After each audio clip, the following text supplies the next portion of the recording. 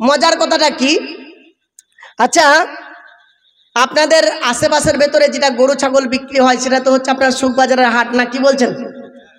এই সুখবাজার হাটে একজন ক্রেতা যায় আর একজন বিক্রেতা যায়, একজন কিনবে আর একজন বিক্রি করবে। আচ্ছা এই ক্রেতা আর বিক্রেতা এর মধ্যেখানে আর একজন ঢুকে, সেটা কে বলেন তো? দালাল। আপনাদের এদিকে আছে নাকি? আছে না? এ জিনিস সব জায়গাতেই আছে বাপ,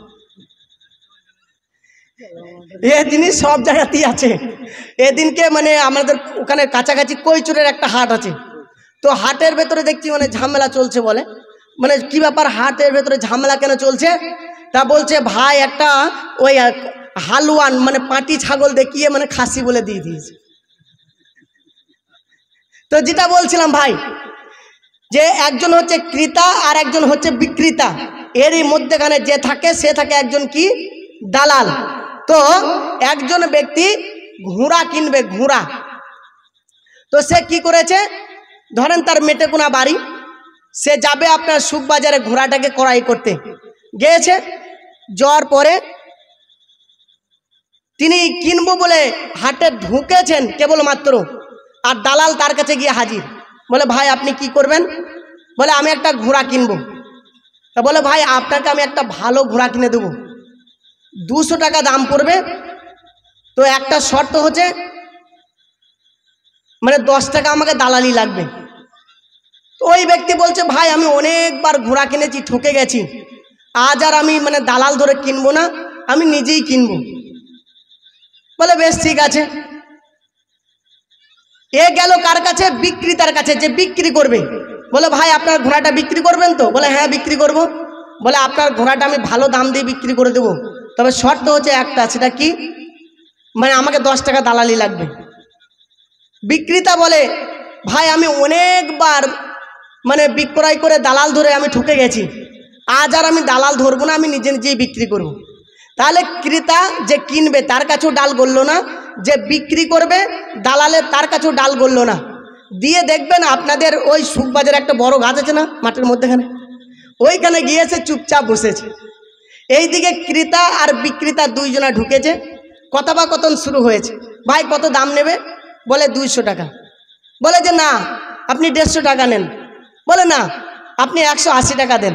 যাই হোক এরকম বলা কোয়াতে আপনার একটা ঘোড়া আপনার বিক্রি হয়ে গেছে। ঘোড়াটা যখন বিক্রি হয়ে গেল, দালাল তো সব কিছু দেখতে পেল ওখান থেকে দূর থেকে। দালাল এবার টুকটুক টুকটুক করে উঠে এসেছে, ওই ব্যক্তি ঘোড়াটাকে টেনে নিয়ে যাচ্ছে। ওনাকে বলছে ভাই ঘোড়াটা আপনি যে বিক্রি করলেন তা আপনি কত দিয়ে বিক্রি করলেন? তা বলছে ঘোড়াটাকে আমি বিক্রি করলাম 180 টাকা দিয়ে। বলছে আপনি 180 টাকায় বিক্রি করে দিলেন? আপনাকে বললাম যে ঘোড়াটা আমি 200 টাকায় বিক্রি করে দেবো, যদি আপনি আমাকে 10 টাকা দালালি দিতেন তারপরেও তো 190 টাকা থাকতো, তাহলে 10 টাকা আপনার লাভ থাকতো। তাহলে এতদিন আপনি বলছেন যে দালাল ধরে ঠকে গেছি, এবার তো আপনি দালাল ধরে ঠকেছেন। বলছে না ভাই আমি দালাল ধরে ঠকিনি। বলছে কেন? বলছে আসলে ও বেটা জানে না যে ঘোড়াটা পানি দেখলেই শুয়ে পড়ে, আমি ওই জন্যে কিছু না বলে ঘোড়াটা দিয়ে দিয়েছি, ওই ব্যক্তি নিয়ে চলে গেছে। এ দালালের মাথা খারাপ, যে মানে ও ঘোড়া নিয়ে চলে গেল, ছুটতে ছুটতে চলে গেছে ক্রেতার কাছে। ভাই শোনেন শোনেন শোনেন। বলছে কি? বলছে আপনি নাকি বলেছেন যে অনেকবার আমি দালাল ধরে ঠকেছি, এবার আপনি ঠকেছেন কি ঠকেননি দেখেন। বলছে কেন? বলছে আপনি যে তাড়াহুড়ো করে ঘোড়াটা নিয়ে নিয়েছেন, ওই ঘোড়াটা পানি দেখলেই শুয়ে পড়ে, আপনি ওই ঘোড়াতে চেপে আরাম পাবেন না, এবার তো আপনি ঠকেছেন, দালাল ধরে ঠকে যান না। বলছে ভাই আমি ঠকেনি। বলছে কেন? বলছে ভাই অত খেপা এই নূর আলম মৌলবি নয়। বলছে কেন? বলছে আমি ওই যে 180 টাকা দাম দর হয়েছে, তার ভেতরে একটা 100 টাকার নোট আছে। বলছে হ্যাঁ আছে। বলছে ওই নোটটা আমি জাল দিয়ে দিয়েছি। বলছে আশ্চর্য ব্যাপার, এ মানে দালালের মাথা ঠিক নেই। ছুটতে ছুটতে ছুটতে ছুটতে আবার এর কাছে, ভাই আপনি বলছেন যে ঘোড়াটা পানি দেখলে শুয়ে পড়ে, যে আপনি বলছেন ওনাকে ঠকিয়ে দিয়েছে, আপনাকে কি ঠকানো ঠকিয়েছে আপনি জানেন? বলছে কীরকম? বলছে ঘোড়াটা আপনি যে মানে 180 টাকা দিয়ে বিক্রি করেছেন, ওর ভেতরে 100 টাকা একটা নোট আছে না? বলছে হ্যাঁ। বলছে ওই নোটটা জাল আছে, একবার ভালো করে দেখুন, বাড়ি গিয়ে মাছ ধরবেন, আর কিছু হবে না, নোটটা জাল টাকা, ভালো করে দেখেন। এবার তো আপনি ঠকেছেন, বারবার আপনি দালাল ধরে ঠকেন না। বলছে ভাই আমি তো এখনো ঠকে যাইনি। বলছে কেন? বলছে আসলে ঘোড়াটা আমার নয়, মেটেগুনার মাঠে চোর ছিল, নিয়ে এসে বিক্রি করে দিয়েছি। বলার বিষয় হচ্ছে এটাই ভাই, যে আমরা যদি ইমানের হালাতে যদি আমরা কোরআনকে নিই, তাহলে আমরা প্রত্যেকটা কোরআনের আয়াতে আমরা কি দেখতে পাবো? জড়ি দেখতে পাবো। আর যদি আমরা বেঈমান হালাতে যদি কোরআনকে নিই, তাহলে কিন্তু আমরা দেখতে পাবো না। তাই বলছি ভাই, আজ বর্তমানে আমাদের ভেতরে ইমান আছে? ইমান নেই। যেমন দালালের ইমান, তেমন বিক্রেতার ইমান, তেমন ক্রেতার ইমান।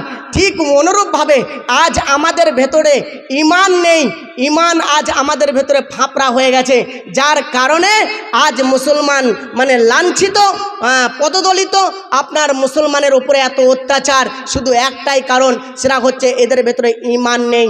আর যদি ইমান থাকতো তাহলে তারা কি করতো? এই কোরআনকে তারা বুকে আঁকড়িয়ে ধরে তারা রেখে দিত। মাননীয় মুসলিম সমাজ, আরেকটা কথা আপনাদেরকে বলি, দিচ্ছি বাপ